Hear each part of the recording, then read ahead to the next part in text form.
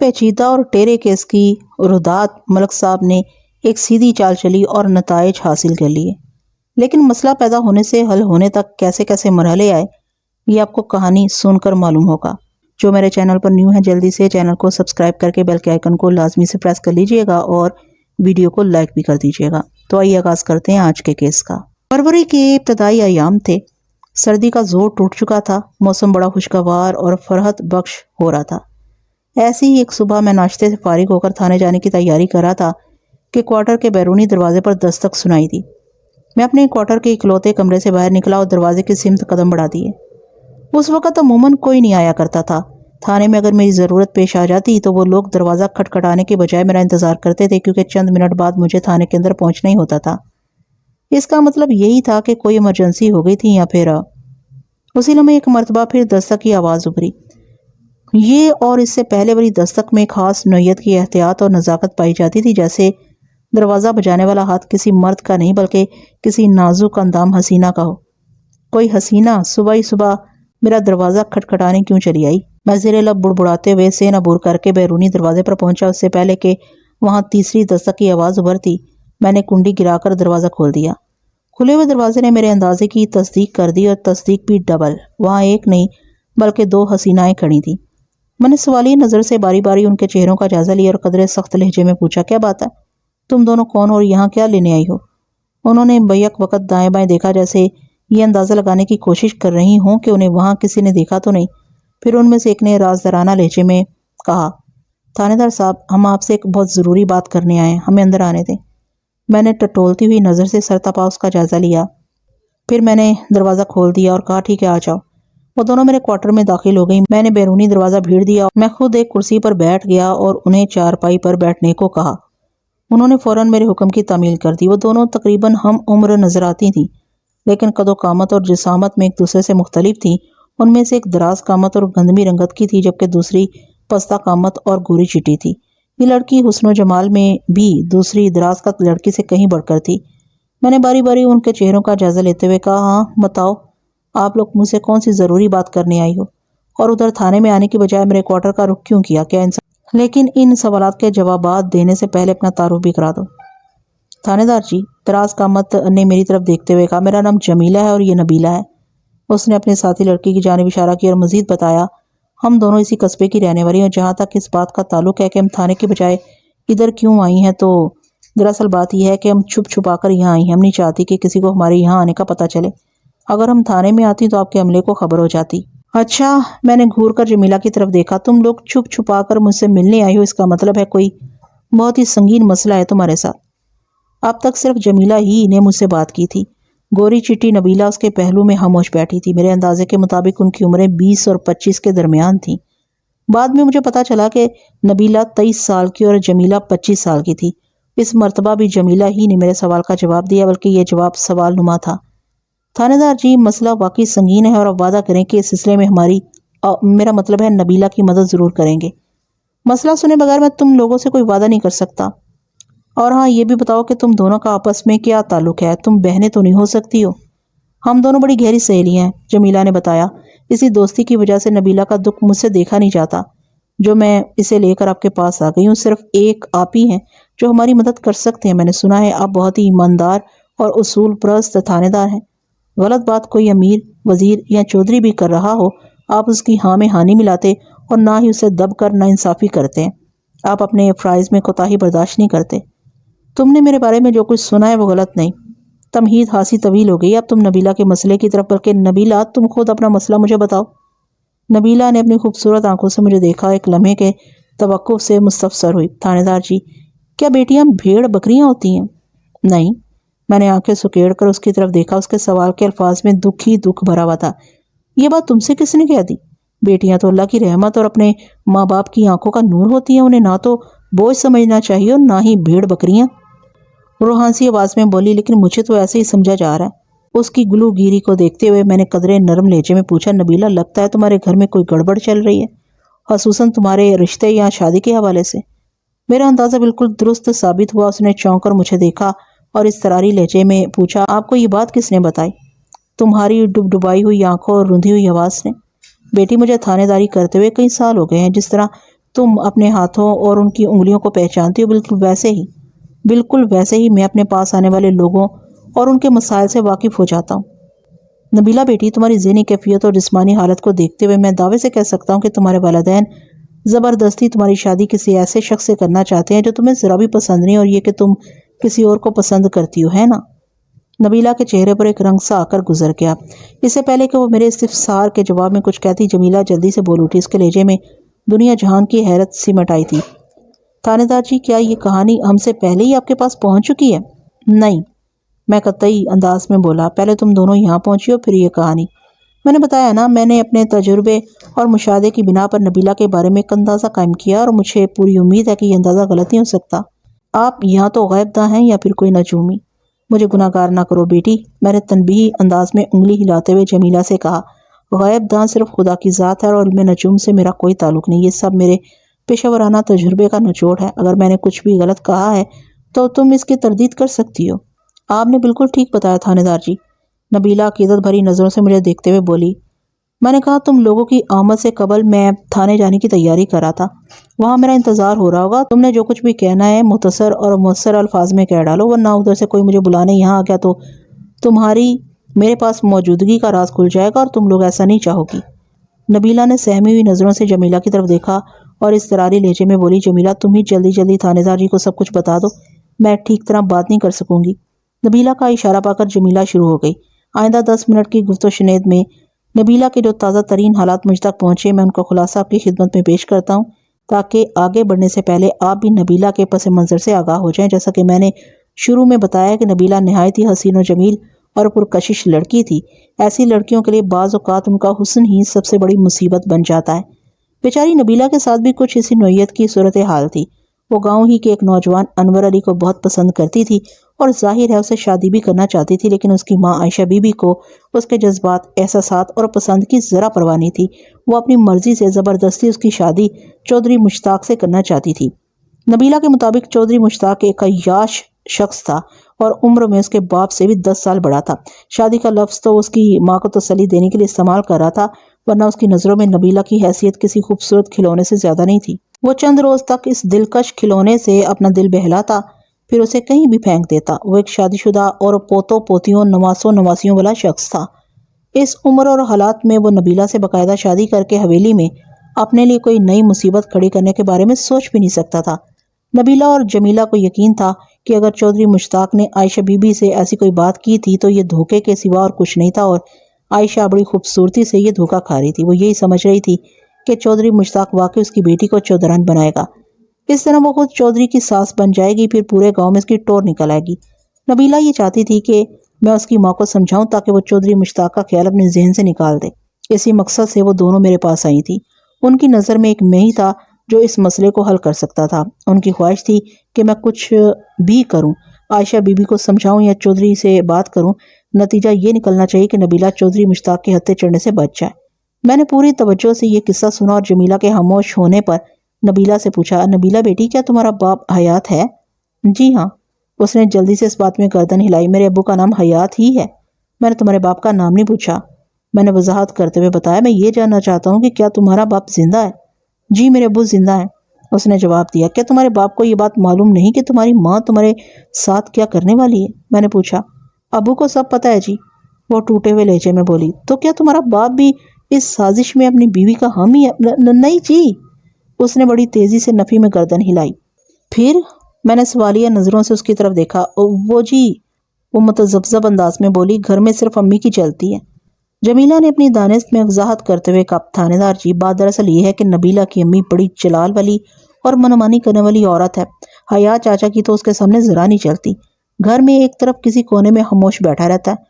کچھ عورتوں کا تو یہ خیال ہے کہ وہ بولتے بولتے اچانک خاموش ہوگی، تو میں نے دریافت کیا، ہاں بتاؤ، بعض عورتوں کا حیات کے بارے میں کیا خیال ہے؟ وہ جی، وہ کہتی ہیں عائشہ نے اپنے خاوند کو الو کا گوشت کھلایا ہوا ہے، جمیلہ نے بتایا، اس لیے چاچا حیات الو بنا ایک طرف پڑا رہتا ہے اور بیوی کے سامنے زبان کھولنے کی ہمت نہیں کرتا۔ الو کے گوشت اور خون کے حوالے سے متعدد داستانیں سالہ سال سے چلی آ رہی، ہو سکتا ہے ان میں کچھ سچائی بھی ہو، لیکن اس سلسلے میں چونکہ میرا کوئی ذاتی تجربہ نہیں ہے، اس لیے کوئی حتمی رائے قائم کرنے سے قاصر ہوں۔ سنا ہے الو کا خون اور گوشت مختلف قسم کے سفلی عملیات میں استعمال ہوتا ہے۔ میں نے جمیلہ کی وضاحت کے جواب میں گہری سانس خارج کی اور نبیلہ سے پوچھا تمہارے اور بہن بھائی بھی ہوں گے؟ صرف ایک چھوٹا بھائی ہے جی، وہ شکستہ لہجے میں بولی۔ اس کا نام یعقوب ہے، جس کی عمر 15 سال کے قریب ہوگی۔ 15 سال کوئی کم عمر تو نہیں ہوتی نبیلہ؟ اس عمر میں لڑکا بھرپور جوان ہو جاتا ہے، اور بھائی تو ہمیشہ سے بہنوں کے حامی رہے ہیں۔ کیا یعقوب کو تمہارا کوئی خیال نہیں؟ اسے تمہارے حالات کی خبر تو ہے نا؟ جسے خود اپنی خبر نہ ہو وہ دوسروں کی کیا خبر رکھے گا؟ اس نے ٹوٹے ہوئے لہجے میں کہا۔ اپنی خبر نہ ہو کا کیا مطلب ہے؟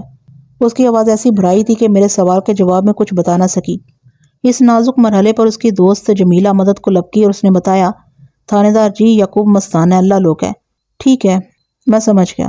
سچی بات تو یہ ہے کہ نبیلہ کے نہ مسائد بلکہ افسوسناک حالات سن کر میرے دل میں اس کے لیے ہمدردی کے جذبات ابھر آئے تھے، اور میں نے اسی وقت یہ فیصلہ کر لیا تھا کہ اسے اس مصیبت سے ضرور نکالوں گا۔ لہٰذا میں نے اسی سے مخاطب ہوتے ہوئے کہا، نبیلہ بیٹی، تم بے فکر ہو کر گھر جاؤ اور آئندہ کے لیے چھپ چھپا کر تھانے یا میرے کوارٹر میں آنے کی ضرورت نہیں۔ میں نے تمہارا مسئلہ بڑی توجہ سے سن اور سمجھ لیا ہے۔ میں اپنے طور پر تھوڑی تفتیش کروں گا۔ اگر تمہارے بیان کردہ حالات میں صداقت نظر آئی تو یہ میرا تم سے وعدہ ہے کہ عائشہ بی بی تمہاری مرضی کے خلاف زبردستی کہیں بھی تمہاری شادی نہیں کر سکے گی۔ اس سلسلے میں تم بالکل مطمئن ہو جاؤ۔ بہت بہت شکریہ تھانے دار جی، وہ تشکرانہ انداز میں بولی، اور آپ پورا بھروسہ رکھیں کہ میں نے ایک ذرا بھی جھوٹ نہیں بولا۔ بڑی اچھی بات ہے، میں نے سرسری انداز میں کہا، پھر روئے سخن جمیلہ کی طرف موڑتے ہوئے پوچھا، جمیلہ تمہارے ساتھ تو ایسا کوئی مسئلہ نہیں ہے؟ نہیں جی، اس نے جلدی سے نفی میں گردن ہلا دی، چاچا چاچی تو بہت ہی اچھے ہیں۔ نبیلہ نے انکشاف انگیز لہجے میں بتایا، میرا مطلب ہے جمیلہ کی امی اور ابو۔ میں تمہارا مطلب سمجھ گیا ہوں، جمیلہ بولی۔ نبیلہ واقعی سچ کہہ رہی ہے تھانے دار جی، میرے امی ابو بہت ہی سمجھدار ہیں، انہوں نے اپنی اولاد کے لیے ہمیشہ اچھا سوچا۔ مجھے یقین ہے ہماری شادیاں بڑے امن و امان سے ہو جائیں گی۔ تم لوگ کتنے بہن بھائی ہو؟ اس کے خاموش ہونے پر میں نے پوچھا۔ ہم 3 بہنیں، جمیلہ نے بتایا، ہمارا کوئی بھائی نہیں۔ بیٹی یا بیٹا دینا قدرت کے ہاتھ میں ہے، ان معاملات میں انسان کا بس نہیں چلتا۔ ویسے بھی بیٹی اللہ کی رحمت ہوتی ہے، تم بہنوں کو بھائی کی کمی تو ضرور محسوس ہوتی ہوگی، لیکن اس دنیا میں سب کچھ نہیں ملتا۔ قدرت کی طرف سے جو عطا ہو اس کا شکر ادا کرنا چاہیے، اور جو بھی محرومی ہو اس پر صبر کرنا چاہیے۔ اس حکمت کو اگر عملی زندگی میں داخل کر لیا جائے تو جیون بڑا پرسکون ہو جاتا ہے۔ انہوں نے میری ہدایات پر عمل کرنے کا وعدہ کیا تو میں نے تسلی تشفی دے کر انہیں اپنے کوارٹر سے رخصت کر دیا۔ ان کے جانے کے بعد میں نے جلدی یونیفارم پہنی اور اپنی ڈیوٹی پر حاضر ہو گیا۔ تھانے کے حالات معمول کے مطابق تھے۔ اس روز میں خلاف معمول تھوڑی تاخیر سے تھانے پہنچا تھا، لیکن تھانے کے عملے نے میری اس دیری کو محسوس نہیں کیا تھا۔ اس کی سب سے بڑی وجہ یہ تھی کہ آج کل راوی چین ہی چین لکھ رہا تھا۔ بزرگوں کو کہتے سنا ہے کہ میرے تجربے میں بھی آیا ہے کہ اپنی خوشی، سکون، آسانی، آرام اور چین کا زیادہ تذکرہ نہیں کرنا چاہیے۔ ان معاملات کو جتنا محدود رکھا جائے اتنا ہی اچھا ہوتا ہے۔ اگر چرچا حد سے تجاوز کر جائے تو پھر خوشیوں کو فوراً ہی نظر بھی لگ جایا کرتی ہے، اور ایسا ہی معاملہ اس روز میرے ساتھ بھی پیش آیا تھا۔ جیسا کہ میں نے بتایا کہ ان دنوں تھانے میں راوی چین ہی چین لکھ رہا تھا، میں تھانے آیا تو ASI وحید راٹھور میرے کمرے میں آ گیا۔ وحید ایک تجربہ کار اور سمجھدار پولیس اہلکار تھا۔ مجھے اس تھانے میں تعینات ہوئے ابھی چند ماہ ہوئے تھے، اور اس مختصر سی مدت میں نے وحید کے جوہر دیکھ لیے تھے۔ وہ ایک ایسا شخص تھا جس پر مکمل بھروسہ کیا جا سکتا تھا۔ میں نے آزمائش کے لیے 1-2 مشن میں اسے اپنے ساتھ بھی رکھا تھا اور اس کی کارکردگی کو تسلی بخش پایا تھا۔ فارغ اوقات میں وہ میرے کمرے میں آ جاتا اور ہمارے درمیان دنیا کے ہر موضوع پر آزادانہ گپ شپ ہوتی رہتی تھی۔ وحید راٹھور کا شمار ان لوگوں میں ہوتا تھا جن سے پہلی ملاقات میں دوستی ہو جایا کرتی ہے۔ اس روز بھی میں اور وحید اپنی فرصت اور فراغت پر بات کر رہے تھے کہ یہ چرچا قدرت کو پسند نہیں آیا اور دوپہر سے پہلے ہمارے لیے مصروفیت کی بھرمار ہوگی۔ 3-4 ایسے معاملات آن پڑے تھے کہ انہیں نپٹانے میں شام ہوگی۔ ذرا سانس لینا نصیب ہوا تو مجھے یاد ہے کہ نبیلہ والے مسئلے پر مجھے وحید راٹھور سے بات کرنا تھی۔ وحید اسی گاؤں کا رہنے والا تھا۔ مقامی ہونے کے ناطے اسے یہ آسانی حاصل تھی کہ وہ وہاں کے لوگوں کو مجھ سے زیادہ جانتا تھا اور ان کے حوالے سے بنسبت زیادہ سہولت کے ساتھ معلومات اکٹھا کر سکتا تھا۔ میں نے فوراً اسے اپنے کمرے میں بلا لیا۔ وحید، وہ آ کر میرے سامنے بیٹھ چکا تو میں نے اسے مخاطب کرتے ہوئے کہا، تم اسی گاؤں کے رہنے والے ہو، یہاں کے لوگوں کے بارے میں تمہیں سب کچھ معلوم ہوگا۔ وحید راٹھور کی عمر 35 سال کے قریب رہی ہوگی۔ میرے اس سوال کے جواب میں اس نے بتایا، ملک صاحب، اس گاؤں کے ایک بندے کو جاننے کا دعویٰ تو میں نہیں کر سکتا، لیکن یہ ہے کہ تقریباً سبھی سے دعا سلام ہے۔ مگر آپ یہ کیوں پوچھ رہے ہیں؟ کیا کوئی مسئلہ کھڑا ہو گیا؟ اس نے اپنی بات کو سوالیہ جملے پر چھوڑا تو میں نے کہا، فی الحال تو کوئی مسئلہ نہیں ہے، لیکن روک تھام نہ کی گئی تو آگے چل کر مسئلہ پیدا ہو سکتا ہے۔ دراصل میں گاؤں کے چند لوگوں کے بارے میں معلومات حاصل کرنا چاہتا ہوں۔ ان میں چودھری مشتاق حیات احمد اور اس کی بیوی عائشہ بی بی اور ان دونوں کی بیٹی نبیلہ اور بشیر ترکان کے بیٹے انور علی کے نام شامل ہیں۔ وحید راٹھور نے سوچتی ہوئی نظروں سے مجھے دیکھا اور بولا، ملک صاحب، ان تمام افراد سے تو میں اچھی طرح واقف ہوں، لیکن میری سمجھ میں یہ بات نہیں آ رہی کہ آپ کو ان کے بارے میں کس قسم کی معلومات درکار ہیں۔ میں سمجھاتا ہوں۔ مجھے پتا چلا ہے کہ حیات احمد کی بیوی عائشہ اپنے خاوند کو جوتے کی نوک پر رکھتی ہے۔ وہ بیچارہ کسی الو کے مافک گھر کے کونے خدرے میں پڑا رہتا ہے، گھر کے کسی معاملے میں اس کو شامل نہیں کیا جاتا، اور عائشہ بالا ہی بالا نبیلہ کی شادی چودھری مشتاق سے کرنے والی، جبکہ نبیلہ چودھری سے شدید نفرت کرتی ہے۔ وہ بشیر ترکھان کے بیٹے انور علی کو پسند کرتی ہے۔ یہ ہے ساری کہانی۔ میں اس کہانی کی حقیقت جاننا چاہتا ہوں تاکہ آئندہ کے لیے لائے عمل تیار کیا جا سکے۔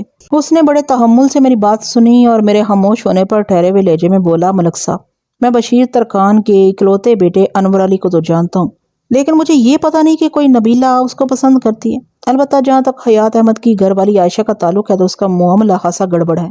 معاملہ خاصا گڑبڑ ہے؟ کیا مطلب؟ میں نے چونک کر اس کی طرف دیکھا۔ وہ رازدارانہ انداز میں بتانے لگا، ملک صاحب میری معلومات کے مطابق عائشہ اچھے کردار کی عورت نہیں۔ میں نے سنا ہے اس نے اپنے خاوند کو الو کا گوشت کھلا رکھا ہے۔ میں نے بدستور چونکے ہوئے لہجے میں کہا، کہیں تمہارا اشارہ اس جانب تو نہیں وحید؟ نہیں۔ اس نے بڑی شدت میں گردن ہلائی، جناب الو کے گوشت والی کہانی تو میرے علم میں نہیں، میرا اشارہ چودھری صاحب کی طرف ہے۔ چودھری صاحب؟ تمہارے کہنے کا مطلب ہے چودھری مشتاق؟ میری حیرت میں اضافہ ہو گیا۔ جی، میں چودھری مشتاق ہی کی بات کر رہا ہوں۔ وہ مضبوط لہجے میں بولا، لیکن چودھری مشتاق اور عائشہ کا آپس میں کیا تعلق؟ میں نے مر کر اپنی قبر میں جانا ہے، وحید راٹھور نے گہری سنجیدگی سے کہا۔ میں نے چونکہ اپنی آنکھوں سے کچھ نہیں دیکھا اس لیے دعوے سے کچھ نہیں کہہ سکتا، مگر گاؤں میں عائشہ کے حوالے سے کوئی اچھا تاثر نہیں پایا جاتا۔ لوگ ظاہر ہے کہ چودھری سے ڈرتے ہیں، اس کی ناراضی کو برداشت نہیں کر سکتے، اس لیے سب کچھ جانتے بوجھتے ہوئے بھی خاموش رہتے ہیں۔ لیکن حقیقت یہ ہے کہ لوگوں کے خیال میں عائشہ کوئی باکردار عورت نہیں، اس کے بارے میں یہ سمجھا جاتا ہے کہ چودھری مشتاق سے اس کے ناجائز تعلقات ہیں۔ تو کیا چودھری مشتاق کس ٹائپ کا بندہ ہے؟ میں نے تصدیقی لہجے میں پوچھا۔ یہ ایسائی نے اس بات میں گردن ہلانے پر اکتفا کیا۔ میں نے سنا ہے چودھری مشتاق 60 کے پیٹے میں اور عائشہ بھی 45 کے قریب ہے۔ اس عمر میں جبکہ اولاد بھی جوان ہو چکی ہو تو انسان میں خاصا ٹھہراؤ آ جاتا ہے۔ لیکن راٹھور نے جلدی سے کہا، ملک صاحب آپ نے مردوں کے حوالے سے وہ محاورہ تو سنا ہوگا، ساٹھا پاٹھا، تو اپنے چودھری مشتاق کا شمار بھی ایسے ہی مردوں میں ہوتا ہے۔ اس میں کوئی شک نہیں کہ عائشہ 45 سال کی ہے، لیکن شاید آپ نے اسے دیکھا نہیں۔ ہاں، میں نے اسے دیکھا نہیں۔ میں نے گہری سنجیدگی سے اس بات میں گردن ہلائی۔ کیوں؟ کیا کوئی خاص بات؟ وہ بہت خوبصورت عورت ہے، وحید نے پرمانی لہجے میں بتایا، دیکھنے میں 30 سے زیادہ کی نہیں لگتی۔ وہ کیا کہتے ہیں، عائشہ نے سدا بہار جوانی پائی ہے، ایک ساٹھا پاٹھا اور دوسری سدا بہار۔ لیکن وحید ایک بات سمجھ میں نہیں آ رہی۔ کون سی بات ملک صاحب؟ میں نے متذبذب انداز میں کہا، اگر عائشہ اس درجے پر چودھری سے متعلق رہی ہے تو وہ اپنی بیٹی کی شادی چودھری سے کیسے کر سکتی ہے؟ کیا اس میں اتنی سی بھی عقل نہیں؟ یہی بات مجھے بھی ہضم نہیں ہو رہی ملک صاحب۔ وہ صاف کوئی کا مظاہرہ کرتے ہوئے بولا، آپ نے کہا ہے تو میں اس معاملے پر غور کر رہا ہوں، ورنہ مجھے یقین تو بالکل نہیں آیا۔ یہ ٹھیک ہے، عائشہ ایک حسین و جمیل عورت ہے اور اس کی بیٹی نبیلہ بھی اسی پر گئی ہے، لیکن چودھری مشتاق اس مزاج کا آدمی نہیں کہ وہ کسی مرحلے پر ان سے شادی کے لیے تیار ہو جائے۔ یہ تو مخمل میں ٹاٹ کا پیبند والی بات ہوگی۔ چودھری اپنی عیاشی کے لیے تو خیر چھوڑے ملک صاحب، مجھے مر کر خدا کو جواب دینا، میں کسی کی عیب جوئی کر کے خواہ مخواہ گناہ گار نہیں ہونا چاہتا۔ میں بھی یہ نہیں چاہوں گا کہ تم گناہ گار ہو، میں نے گھمبیر لہجے میں کہا، لیکن یہ تو پتا چلنا چاہیے کہ اس شادی والی کہانی کی حقیقت کیا ہے۔ اس کے لیے تھوڑی تحقیق کرنا پڑے گی ملک صاحب۔ وہ پرعزم لہجے میں بولا، ٹھیک ہے، تم آج ہی سے اس منصوبے پر کام شروع کر دو، میں نے فیصلہ کن لہجے میں کہا، اور جیسے ہی کوئی مثبت یا منفی نتیجہ سامنے آئے تم فوراً مجھے آگاہ کرو۔ اس کے بعد میرا کام شروع ہوگا۔ آپ کا حکم سر آنکھوں پر ملک صاحب، وحید راٹھور نے فرما برداری سے کہا، لیکن میں سمجھ نہیں سکا کہ آپ کس کیس پر کام کر رہے ہیں۔ میں سمجھاتا ہوں، میں نے ٹھہرے ہوئے لہجے میں کہا۔ وحید تم میرے بھروسے کے آدمی ہو، اس بات کو خود تک کی محدود رکھنا۔ وہ دراصل آج صبح عائشہ کی بیٹی نبیلہ اپنی ایک سہیلی جمیلہ کے ساتھ مجھ سے ملنے آئی تھی۔ اس نے مجھے ان تشویشناک حالات سے آگاہ کیا اور ساتھ ہی روتے ہوئے مجھ سے یہ التجا بھی کی ہے کہ میں کسی بھی طرح اس شادی کو روکنے کی کوشش کروں۔ وہ چودھری مشتاق سے شدید نفرت کرتی ہے، اس کی خواہش تو یہی ہے کہ بشیر ترکان کے لڑکے سے اس کی شادی ہو۔ مجھے تو یہ بچی نبیلہ بہت ہی دکھی اور ستم رسیدہ لگتی ہے۔ جو حالات آپ نے بتائے ہیں ان کی روشنی میں تو نبیلہ واقعی ہمدردی اور مدد کی مستحق ہے۔ وہ اس بات میں گردن ہلاتے ہوئے بولا، جس حد تک ممکن ہوا اور ہمارے اختیار میں ہو ہمیں اس کی مدد کرنی بھی چاہیے۔ ملک صاحب، نبیلہ آج صبح کس وقت تھانے آئی تھی؟ وہ تھانے نہیں بلکہ میرے کوارٹر پر آئی تھی، میں نے جواب دیا۔ اس وقت میں تھانے آنے کی تیاری کر رہا تھا، اس لیے آج میں قدرے دیر سے اپنے کمرے میں پہنچا ہوں۔ اوہو، اس نے متاسفانہ لہجے میں کہا۔ ملک صاحب، آپ مجھے صرف 2 دن دے دیں، میں تیسرے دن اس معاملے کی مکمل رپورٹ آپ کی خدمت میں پیش کروں گا۔ ٹھیک ہے، میں نے فیصلہ کن انداز میں کہا۔ یہ ایسا ہی وحید راٹھور نے مجھ سے 2 دن کی مہلت لی تھی، لیکن اسے یہ تحقیق مکمل کرنے کا بھرپور موقع نہ مل سکا، کیونکہ دوسرے دن کی صبح کو ایک ایسا واقعہ پیش آیا کہ یہ معاملہ کسی اور ہی سانحے میں ڈھلتا ہوا دکھائی دینے لگا۔ فروری کی 8 تاریخ کو میں تھانے میں جا کر بیٹھا ہی تھا کہ ایک عجیب واقعہ پیش آ گیا۔ مجھے اپنے کمرے کے باہر شور سا سنائی دیا، جیسے چند افراد آپس میں جھگڑا کر رہے ہوں۔ میں نے کانسٹیبل گلفراز کو آواز دے کر اپنے پاس بلایا اور صورتحال جاننے کی کوشش کی۔ گلفراز، یہ باہر کیا مچھلی بازار بنا ہوا ہے؟ اس نے جواب دیا، ملک صاحب، چودھری کے بندے ایک جوان کو مارتے ہوئے تھانے لائے ہیں۔ وہ اس کے خلاف کوئی اغوا شغوا کی رپورٹ درج کروانا چاہتے ہیں۔ کون ہے وہ بدبخت؟ میں نے کانسٹیبل سے استفسار کیا۔ وہ کمزاد بدبخت ہی ہے تھانے دار صاحب، کانسٹیبل کی بجائے کسی اور نے میرے سوال کا جواب دیا۔ میں نے نگاہ اٹھا کر گلفراز کے عقب میں دیکھا۔ کھلے ہوئے دروازے میں بولنے والے کا چہرہ نمودار ہو چکا تھا۔ وہ ایک کٹا دراز قامت شخص تھا جس نے ایک جوان کو کالر سے دبوچ رکھا تھا۔ صاف دکھائی دیتا تھا کہ وہ بدبخت شخص یہی تھا جس کا ذکر ہو رہا تھا۔ ان دونوں کے پیچھے 2-3 مزید افراد بھی نظر آئے، جن میں خوبصورت عورت بھی شامل تھی۔ اگلے لمحے ایک پستہ قامت بندے نے ماتوب شخص کو بازو سے تھام لیا اور قدرے درشت لہجے میں بولا، تھانے دار جی، اس کمینے کو حوالات میں بند کریں۔ مجھے اس بندے کا انداز بہت برا لگا۔ میں نے ماتوب شخص کو نظر انداز کرتے ہوئے اسی سے پوچھ لیا، تمہارا نام کیا ہے؟ وہ سینہ چوڑا کرتے ہوئے بولا، جناب میرا نام خوشی ہے اور ہم چودھری صاحب کے خاص بندے ہیں۔ اس نے اپنے دراز قامت ساتھی کی جانب اشارہ کیا، یہ دارا ہے، دارا مرکی والا۔ مذکورہ دراز قامت شخص کے کان میں بالی ڈلی ہوئی تھی۔ گاؤں دیہات میں کان کے اس زیور کو مرکی کہا جاتا ہے۔ مرکی والا ہٹا کٹا شخص وہی تھا جس نے اس جوان کو کالر سے دبوچ رکھا تھا۔ خوشیہ نے اسی حوالے سے اپنے ساتھی کا تعارف کرایا تھا۔ میں نے گھور کر پستہ قامت خوشیہ کی آنکھوں میں دیکھا اور پوچھا، تم نے اپنا اور اپنے ساتھی کا تعارف تو کرا دیا؟ تم دونوں کے انداز ہی سے پتہ چلتا ہے کہ تمہارے پیچھے کسی طاقتور بندے کا ہاتھ ہے۔ اب ذرا یہ بھی بتا دو کہ اس تھانے کا انچارج کون ہے؟ خوشیہ میرے سوال پر بری طرح چونکا، پھر اپنی توند پر ہاتھ پھیرتے ہوئے بولا، جناب تھانے دار تو آپ ہی ہیں۔ میں تھانے دار ہوں تو تھانے داری بھی مجھے ہی کرنے دو۔ میں نے سنسناتے ہوئے لہجے میں کہا، مجھے یہ بتانے یا سمجھانے کی ضرورت نہیں کہ کس کو حوالات میں بند کرنا ہے اور کس کو ڈرائنگ روم کی سیر کرانا ہے۔ میری بات سمجھ رہے ہو نا؟ جناب آپ تو خواہ ناراض ہو رہے ہیں، دارا مرکی والا نے بگڑے ہوئے لہجے میں کہا۔ ہم تو ایک خطرناک مجرم کو پکڑ کر آپ کے پاس لائے اور آپ الٹا ہمیں ہی جھڑک رہے ہیں۔ میں الٹا جھڑک رہا ہوں یا سیدھا؟ اس کا فیصلہ تو بعد میں ہوگا، میں نے تحکمانہ انداز میں کہا۔ دارا تم پہلی فرصت میں اس کا کالر چھوڑ دو۔ دارا نے ایک لمحے کے لیے مجھے متذبذب نظر سے دیکھا، پھر اس مسکین صورت شخص کو اپنی گرفت سے آزاد کر دیا۔ اس نے سکھ کی ایک گہری سانس لی، تشکر آمیز نظروں سے مجھے دیکھنے لگا۔ وہ شکل و صورت سے ایک بھلے مانس آدمی دکھائی دیتا تھا۔ میں نے ٹھہرے ہوئے لہجے میں اس سے پوچھا، ہاں بھائی، نام کیا ہے تمہارا؟ جی میں انور علی ہوں۔ وہ ڈرے سہمے لہجے میں بولا، انور علی؟ مجھے یہ نام شناسا محسوس ہوا لیکن فوری طور پر کچھ یاد نہ آ سکا۔ میں نے انور علی کی آنکھوں میں دیکھتے ہوئے پوچھا، تم نے ایسا کون سا خطرناک جرم کیا جو یہ لوگ یوں دھکیل گھسیٹ کر یہاں لائے ہیں؟ اس کا جرم میں بتاتی ہوں تھانے دار جی، ان کے ساتھ آنے والی خوبصورت عورت نے غصیلے لہجے میں کہا۔ اس مردود نے میری بیٹی کو اغوا کیا ہے۔ بی بی تم کون ہو؟ میں نے گہری سنجیدگی سے پوچھا۔ میرا نام عائشہ بی بی ہے جناب، وہ مضبوط لہجے میں بولی، اور میری اکلوتی بیٹی کا نام ہے نبیلہ۔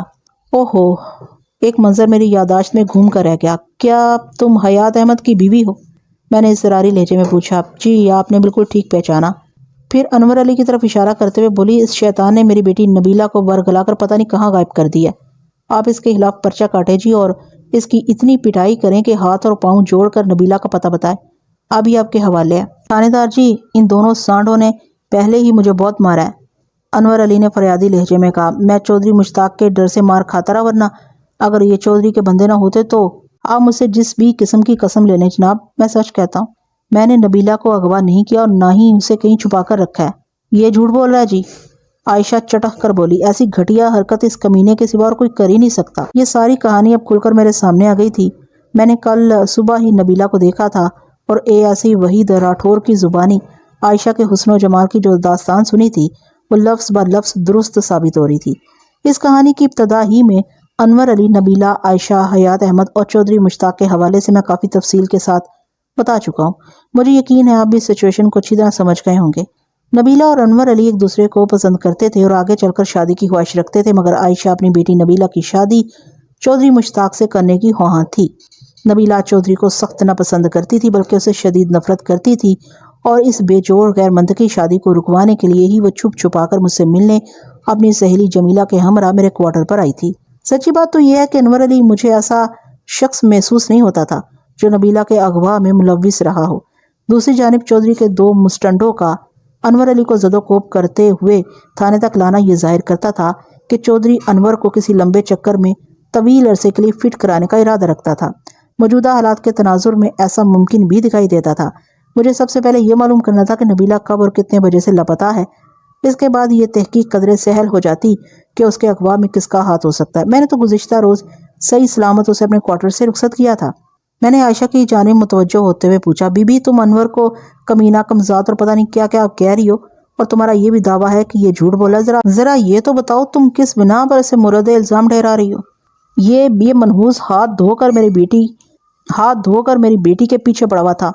وہ انور کی طرف نفرت انگیز نظروں سے دیکھتے ہوئے بولی، اسے ورگلاتا رہتا تھا، پیار محبت کی پٹیاں پڑھا کر اس کا دماغ خراب کر رکھا تھا اس نے۔ نبیلہ کی گمشدگی میں کسی اور کا ہاتھ ہو ہی نہیں سکتا۔ تھانے دار جی میں تو کہتی ہوں آپ اسے فوراً پھانسی پر لٹکا دیں۔ عائشہ کا منہ کھلتے ہی مجھے اندازہ ہو گیا تھا کہ وہ ایک لڑاکا اور زبان دراز عورت تھی۔ اپنی آواز کی بلندی اور الفاظ کی چڑھائی کے بل پر وہ مد مقابل کو چت کرنے کے چکر میں رہتی تھی۔ میں نے عائشہ کے مطالبے کے جواب میں ٹھہرے ہوئے لہجے میں کہا، بی بی اگر میں انور کو پکڑ کر فوراً پھانسی پر لٹکا دوں گا تو پھر تمہاری بیٹی کا سراغ کیسے ملے گا؟ یہ تو پھانسی پر لٹکنے کے بعد کچھ بھی سننے یا بتانے کے قابل نہیں رہے گا۔ اس لیے تم جلد بازی سے کام نہ لو، اپنے جذبات کو کنٹرول میں رکھو۔ اسے فوراً ہی اپنی حماقت کا احساس ہو گیا۔ ندامت امیز نظر سے میری طرف دیکھتے ہوئے بولی، وہ جی میرا مطلب یہ تھا کہ یہ مردود کہیں ادھر ادھر نہ ہو جائے۔ تم نے چودھری مشتاق کے بندوں کے زور پر اسے تھانے پہنچوا دیا ہے۔ اس وقت یہ میرے قبضے میں ہے، تم اس کے ادھر ادھر ہونے کی ذرا فکر نہ کرو۔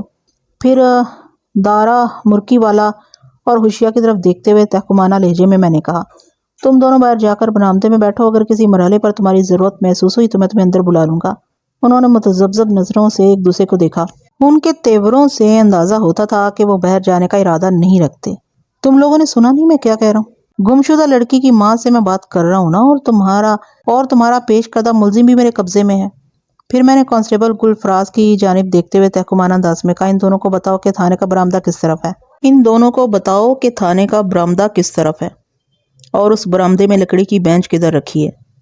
گل فراز میرا اشارہ پا کر ان کی جانب بڑھا تو وہ ناگوار نظروں سے کانسٹیبل کو گھورتے ہوئے خود ہی برآمدے کی سمت قدم بڑھانے لگے۔ کانسٹیبل نے سوالی نظروں سے مجھے دیکھا۔ میں نے ایک فوری خیال کے تحت اس سے کہا، گل فراز تم انور کو حوالدار کے پاس لے جاؤ اور خود بھی وہیں بیٹھو، اس سے میں بعد میں بات کروں گا۔ اوکے سر، گل فراز نے فرما برداری سے کہا اور انور کو ہاتھ سے پکڑ کر میرے کمرے سے نکل گیا۔ میں اپنے سامنے بیٹھی تیز ترار عائشہ کی طرف متوجہ ہو گیا اور کہا، بی بی تم کوئی فکر نہ کرو، اگر یہ ثابت ہو جاتا ہے کہ تمہاری بیٹی کے اغوا میں انور کا ہاتھ ہے تو میں اس کے ساتھ وہ سلوک کروں گا جسے دیکھ کر کسی کو بھی ایسے سنگین جرم کی جرات نہیں ہوگی۔ لیکن کیا جی؟ میں نے داریستہ جملہ دھورا چھوڑا تو وہ تڑپ کر بولی، میں نے کہا لیکن یہ کہ اگر تم چاہتی ہو کہ تمہاری بیٹی کو فوراً بازیاب کروں تو تمہیں مجھ سے بھرپور تعاون کرنا ہوگا۔ میں عائشہ کی زبان کھلوانے اور اسے اپنے اعتماد میں لینے کے لیے غیر محسوس انداز میں گھس رہا تھا۔ وہ گہری سنجیدگی سے بولی، جی میں تو ہر قسم کے تعاون کے لیے تیار ہوں، آپ حکم تو کریں۔ اس نے آپ حکم تو کریں کچھ ایسے انداز میں ادا کیا تھا کہ اگر میں مضبوط سوچ کا مالک نہ ہوتا تو کسی زبردست غلط یا خوش فہمی کا شکار ہو سکتا تھا۔ ان لمحات میں عائشہ کی آنکھیں اور چہرے کے تاثرات کوئی اور ہی زبان بول رہے تھے۔ وہ اپنی بیٹی کی گمشدگی کے لیے ذرا بھی پریشان نظر نہیں آتی تھی۔ میں نے نہایت ہی سنجیدہ لہجے میں اس سے کہا، حکم صرف اتنا ہے کہ میں تم سے جو بھی سوال کروں اس کا بالکل ٹھیک ٹھیک جواب دینا۔ جی پوچھیں آپ۔ وہ منتظر نظروں سے مجھے دیکھنے لگی۔ میں نے پوچھا، کیا یہ سچ ہے کہ انور اور نبیلہ ایک دوسرے کو پسند کرتے ہیں اور آپس میں شادی کی خواہش رکھتے ہیں؟ تھانے دار جی یہ جو انور ہے نا، یہ بڑا ہی مکار اور عیار بندہ ہے۔ میں جانتی ہوں نبیلہ کا اس میں کوئی قصور نہیں، یہی شیطان میری بچی کے پیچھے پڑا ہوا ہے، خود کو اس کا عاشق کہتا ہے۔ بھلا آپ بتائیں، یہ پیار محبت کی باتیں تو اچھی اچھی لڑکیوں کا دماغ خراب کر دیتی ہیں۔ میری نبیلہ تو بڑی سیدھی سادی ہے، وہ اس چالاک کی لچھے دار باتوں میں آ گئی ہے، لگتا ہے جیسے اس بدبخت نے نبیلہ پر کوئی جادو کر دیا ہو۔ وہ تو اب میرے سامنے بھی زبان چلانے لگی تھی۔ بولتے بولتے اس کی آواز بھر آ گئی۔ پتہ نہیں میری بچی کس حال میں ہوگی، اس مردود نے اس کے ساتھ کیا کیا ہے، کہاں لے جا کر چھپا دیے میری نبیلہ کو۔ عائشہ نے میرے سوال کے جواب میں جو جذباتی تقریر کی اس میں کام کی کوئی بھی بات نہیں تھی۔ میں نے اس کی آنکھوں میں دیکھتے ہوئے کہا، یہ نہیں تمہارا مطلب ہے انور کے ور گلانے میں آ کر ہی صحیح نبیلہ بھی اسے شادی کی ہاں تھی، لیکن تمہیں اس رشتے پر سخت اعتراض تھا۔ میں غیر محسوس انداز میں دھیرے دھیرے عائشہ کو اپنے مقصد کی طرف لا رہا تھا۔ وہ اس بات میں گردن ہلاتے ہوئے بولی، جی انور مجھے ایک آنکھ پسند نہیں، میں کبھی بھی نبیلہ کا ہاتھ اس کے ہاتھ میں نہیں دے سکتی۔ میری بیٹی تو شہزادی ہے، اس لنگور کا وہ اس سے کیا مقابلہ۔ انور علی واجبی سی شکل و صورت کا مالک تھا، لیکن اسے لنگور کہنا سراسر زیادتی والی بات تھی۔ البتہ نبیلہ کے لیے شہزادی کا لفظ نہایت ہی موزوں۔ ایک اچھی بات یہ تھی کہ میں عائشہ کو جس ٹریک پر لانا چاہتا تھا وہ خاموشی سے ادھر ہی آ رہی تھی۔ ہو سکتا ہے آپ کے ذہن میں یہ خیال آ رہا ہو کہ ایک لڑکی اغوا ہو گئی اور میں کوئی عملی قدم کرنے کی بجائے اطمینان سے بیٹھا باتوں میں مصروف ہوں، لیکن یہ بتاتا چلوں کہ میں اطمینان سے نہیں بیٹھا ہوا تھا۔ آنکھیں بند کر کے کسی بھی سمت ٹپ دوڑ پڑنا بھی دانشمندی نہیں ہوتی۔ ایسی کارروائی کے نتیجے میں عموماً ناکامیابی اور شرمندگی کا منہ دیکھنا پڑتا ہے، اس لیے میں نہایت ہوشیاری کے ساتھ وہ اشارے اور نقطے جمع کر رہا تھا جن کی مدد سے میں چند خطوط واضح کر سکتا اور ان خطوط پر چلتے ہوئے نبیلہ کو بازیاب کروا لیتا۔ پھر مجھے یہ بھی تسلی تھی کہ اس کیس کا ملزم انور علی میری کسٹڈی میں ہے۔ عائشہ کے بعد میں اس کو اپنے پاس بلاتا اور ایک کڑا انٹرویو کرتا۔ مجھے یقین تھا عائشہ اور انور سے حاصل ہونے والی معلومات کے نتیجے میں نبیلہ کا سراغ لگانے کی پوزیشن میں آ جاتا۔ میں نے عائشہ کے تنزیہ الفاظ کے جواب میں مصلحت بردار لہجے میں کہا، میں نے تمہاری بیٹی کو تو نہیں دیکھا، لیکن انور کے بارے میں تمہاری رائے سے مجھے مکمل اتفاق ہے، وہ بس ایویں سائی ہے۔ مجھے اپنا ہم خیال پا کر اس کی آنکھوں میں خوشی چمکنے لگی۔ جلدی سے بولی، آپ بڑے سمجھدار تھانے دار ہیں، مجھے یقین ہے آپ میری بچی کو بہت جلد ڈھونڈ نکالیں گے انشاءاللہ۔ میں نے مستحکم لہجے میں کہا، تم جتنے خلوص سے تعاون کر رہی ہو اس کے بعد میں بھی بڑا پر امید ہوں۔ یہ تو تم نے عقل مندی کا فیصلہ کیا ہے کہ نبیلہ کو انور سے نہیں بیانا، لیکن تمہارے ذہن میں اپنی بیٹی کے حوالے سے کوئی نام، کوئی رشتہ تو ہوگا۔ وہ گڑبڑا گئی۔ میں نے ابھی اس کے بارے میں سنجیدگی سے سوچا نہیں ہے۔